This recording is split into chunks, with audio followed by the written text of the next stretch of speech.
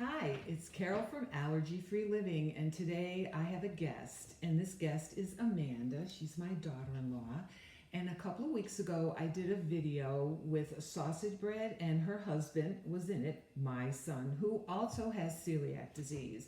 Now, Amanda, I have to show you this before we talk about what we're doing, and I'm going to put this up. You see this? This is my logo. And my daughter is a teacher and an artist, and it was her that did this. And whenever you see this in the background now, you're going to know that it was Amanda that did it. Now, Amanda does a lot of cooking at home, and she came up with this bread she told me about from Pamela, which is this, and it's been in my pantry, the first video I did, the one on pantry must-haves. And so if you haven't seen that, you really do need to see it. It was the first video. Now, she calls this the how to make the gluten-free bread in a minute, and it's from, the recipe is from them. So this bread is really good in a minute, and it's in the microwave, so it might take a little bit different time with you, like an oven, the same thing. So I just had to make this bread, and I made it, and it was great. So I'm going to let Amanda show you how quickly this can come about. So it's up to you. All right, thank you. Yeah, so this bread was really ideal one of the days that I was making hamburgers, and I realized we didn't have any more gluten-free bread in the house. I had been on the Pamela's website like a couple months ago because they get me out of pinches all the time. Her website organizes all of the products by type, and you can look up recipes that go with that type. And I always keep this in my house as well. So I knew I had this on hand. I might be able to make something with it. So I went to the Pamela's website, filtered it to show just the pancake recipes, and there was this recipe for bread in about a minute. And I thought that was perfect. So we went to try it, and you think, how good could bread be coming out of a microwave in a minute? And I was really shocked that it was as good as it was. Shocked but not surprised, because Pamela's products are very good just on their own. Right. So we're gonna get started, and I'm gonna show you two different bowl options for what you're gonna actually put into the microwave. We have a glass bowl, and we have a more cappuccino kind of bowl, if you like a big cup of coffee.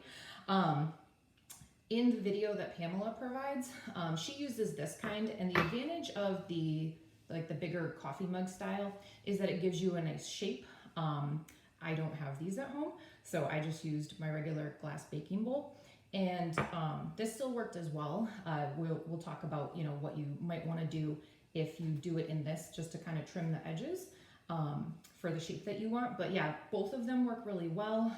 The advantage of either of these is pretty much you could just mix it in the bowl if you wanted to and toss it in. But we're going to do it in the bigger bowl just to give us enough room to integrate everything really, really well. So like you do with most things, you're going to go ahead and grease your container, and I'm going to work with the big mug. So this is what we're using. Do you want to talk about that? Yeah, well, she's lathering that up. This is also been in my pantry. I'm gonna put it up so that you can see it. People with soy allergies, no soybean oil in here. So this is what I use. And again, this was in my pantry. And it just has a really nice taste. It's not overpoweringly coconut. It's not super sweet, but it gives like a nice mellowness to the flavor. So greased that, putting it off to the side. Now we're taking our nice mixing bowl, and all you need is 1/3 of a cup of the Pamela's baking mix. It's nice and it's a small ratio, which gives it that quick quality. So it's amazing. Yeah, it really is. I thought it would need like so much more. It saves you time if you don't have time to throw something in a bread mixer or make those gorgeous rolls that you've made before. This is really like get you out of a pinch. Magic, guys. Yeah. Wait till you see. So then we've got our pre-whisked egg. It only takes 1 egg. So again, nice and easy, which as a mother of 2, I appreciate nice and easy. I'm going to add the sugar next.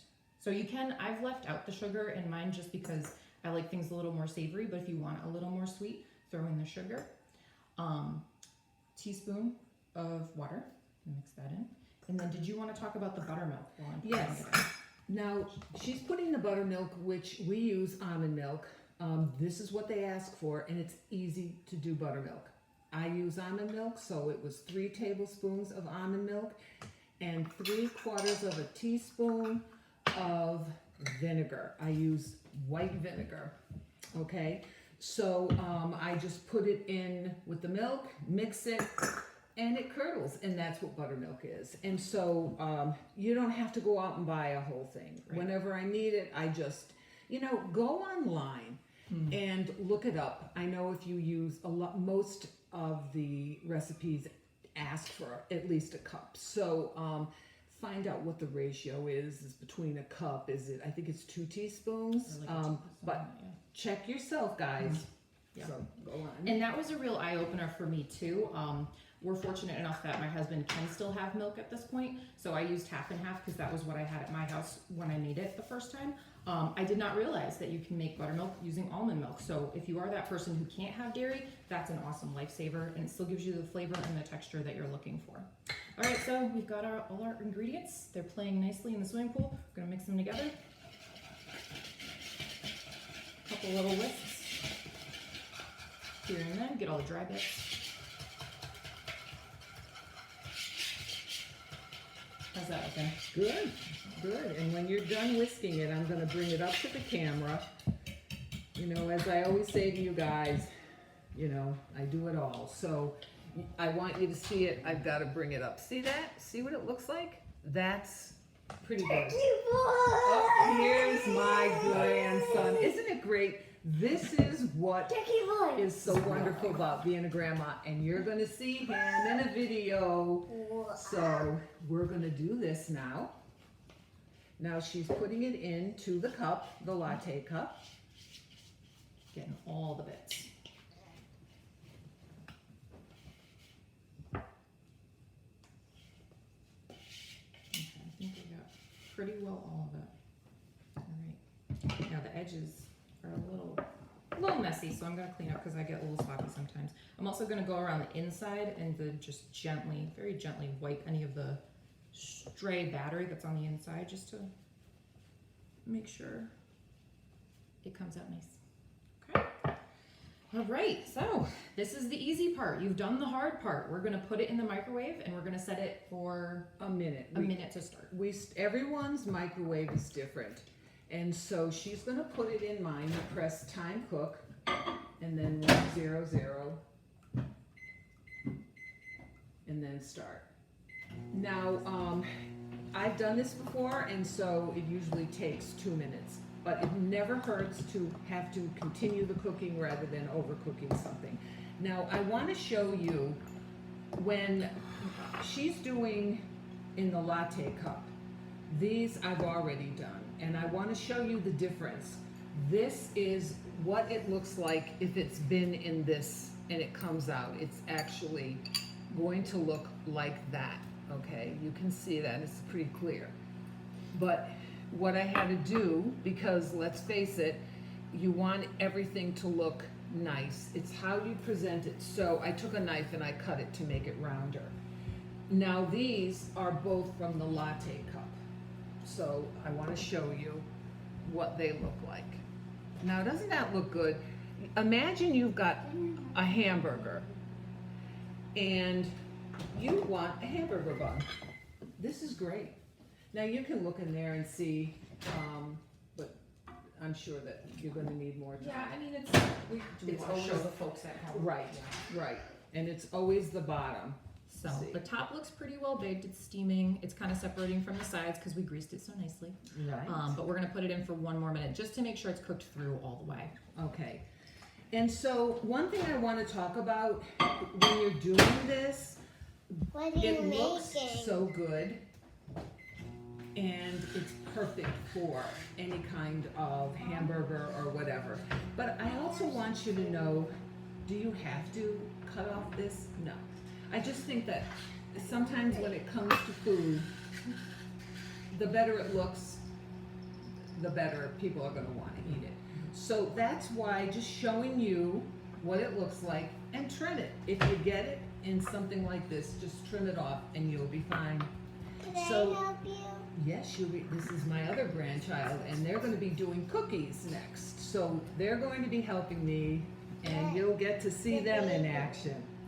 So that's one of the things I want to tell you about. The baby, Mom? You know, you can make it look better by working at it. So, that's this, and This is we've almost got done. 6 seconds. Yeah, it's already And almost we're done. going to use this. Now,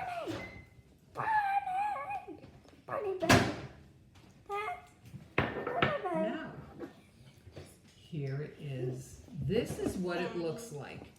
Okay?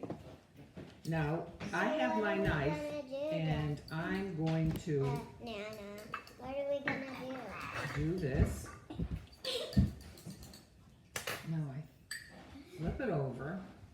I know that I have. Amanda, could I have one of those little racks, please?